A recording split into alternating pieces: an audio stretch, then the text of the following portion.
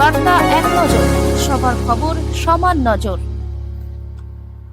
চুঁচুড়ায় মাতুয়া সংঘাধিপতি মমতা বালা ঠাকুর বলেন, এসআইআর এর সবচেয়ে বেশি নাম বাদ যাবে মাতুয়াদের। তার ভয়ে আছে তারা, লড়াই ছাড়া কোনো পথ নেই। চুঁচুড়া রবীন্দ্রনগরের মাতুয়া সংঘের বার্ষিক অনুষ্ঠানে আসেন রাজ্যের সভার সাংসদ মমতা বালা ঠাকুর। তিনি বলেন, মাতুয়ারা ভয়ে আছে। বিজেপি এক এক সময় এক এক রকম কথা বলছে।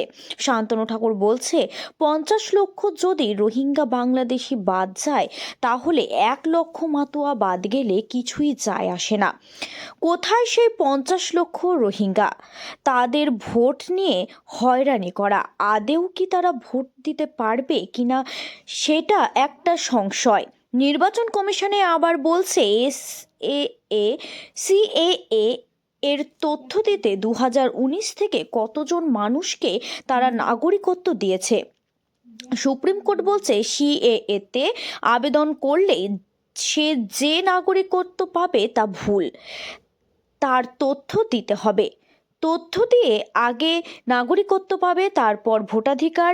এত ভাওতা, এত মিথ্যা প্রতিশ্রুতি দিয়ে এরা মানুষকে পাগল বানিয়ে দিচ্ছে।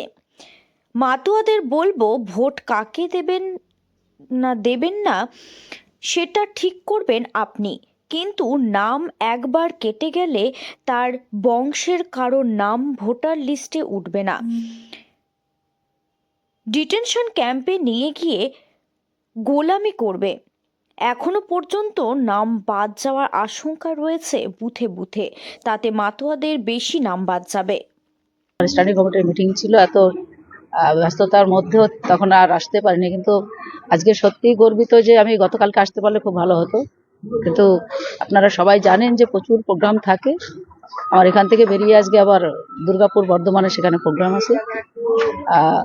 যেখানেই হরিনাম হয় সেখানেই আমার ঠাকুরের দৃষ্টি পড়ে, দ্বাদশ পাগলের আশীর্বাদ হয়।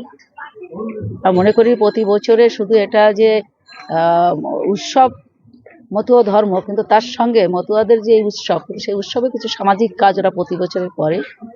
বিদ্যুতের নেতৃত্বে এবং আরও যারা ওরা কমিটিতে যারা এখানে আছে, নারায়ণ সকল এবং সদস্যবৃন্দ ভীষণভাবে সুন্দরভাবে এই অনুষ্ঠানকে ওরা ভক্তদের যাতে কোনো অসুবিধা না হয় তাদের পরিষেবা দেওয়া, তাদের এবং হরিনামের মাধ্যম দিয়ে সেটা বিশ্বে একটা বার্তা পৌঁছানো যে আমরা প্রথম মানুষ, সকল মানুষ যেন আমরা ভালো হতে পারি, সকলের জন্য মিলেমিশে এই পৃথিবীতে আমরা থাকতে পারি। আমরা যারা সকলে পাড়া প্রতিবেশী একটা হরিনামের মাধ্যম দিয়ে এই যে একটা মানে সংঘবদ্ধ হওয়ার একটা সময়, আমাদের অনেক সময় অনেকের মনের ভিতরে অনেকের ভুল ভ্রান্তি অনেকে থাকে, কিন্তু একটা উৎসবের মাধ্যম দিয়ে এই যে মহামিলন এবং ভক্ত ভগবানের মহামিলনের যেই উৎসব, এবং দলপতি গোসাই পাগল যারা এখানে আসে দল নিয়ে অক্লান্ত পরিশ্রম করে, তাদের পদধূলিতেই মুখরিত হয়ে যায়। আমি মনে করি যে হুগলিতে এই উৎসব প্রতি বছরে যেটা হয়, এটা আরও বড় জায়গায় পৌঁছুক। ঠাকুরের কাছে প্রার্থনা করি, ঠাকুর যেন তাদের আশীর্বাদ করে, তারা যেন সকলেই হুগলিতে যারা আছে এবং মানুষ রূপে যারা আমরা এখানে পৃথিবীতে আছি, তাদের জন্য আশীর্বাদ করে আমরা যেন সকলে ভালো থাকতে পারি, ভালো মানুষ হতে পারি।